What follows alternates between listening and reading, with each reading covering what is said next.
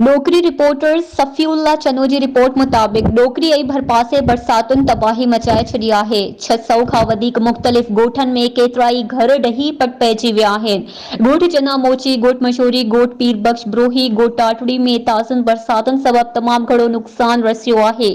ॻोठ जा 600 घर बरसाती पाणी हेठि अची विया आहिनि। घरनि में गोॾे जेॾो पाणी बीहजी वियो आहे। बरसात करे ॻोठाणा सख़्त मुश्किलातुनि जो शिकार थी विया आहिनि। केतिरा ई घर ॾही पट पइजी विया आहिनि। ॻोठाणा लॾ पिलाइण ते मजबूर थी विया आहिनि। हिन वक़्तु चूंडियल नुमाइंदनि तोड़े इंतज़ामिया संदन का बि सार न लधी आहे। ॻोठ मां बरसात जो पाणी निकाल कराइण लाइ के बि जोगा क़दम न खंया विया आहिनि, जंहिं करे बरसात सबबि मुतासिर रोडनि ते निकिरी एहतिजाज करण ते मजबूर थी विया आहिनि।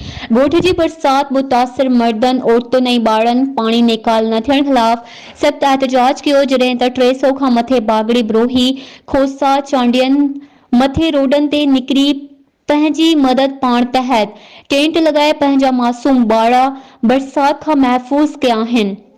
जॾहिं त सरकार पारां या डोकरी इंतज़ामिया पारां के बि जोगा उपाउ न वरिता विया।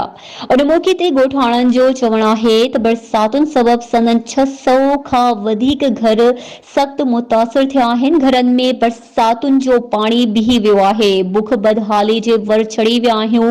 लॾ पिलाइण ते मजबूर आहियूं, पर सरकार का बि वाहड़ न कई आहे। बिना देर नोटिस वठी सार लधी वञे, ॿी सूरत में वधीक सख़्त एहतिजाज कयो वेंदो।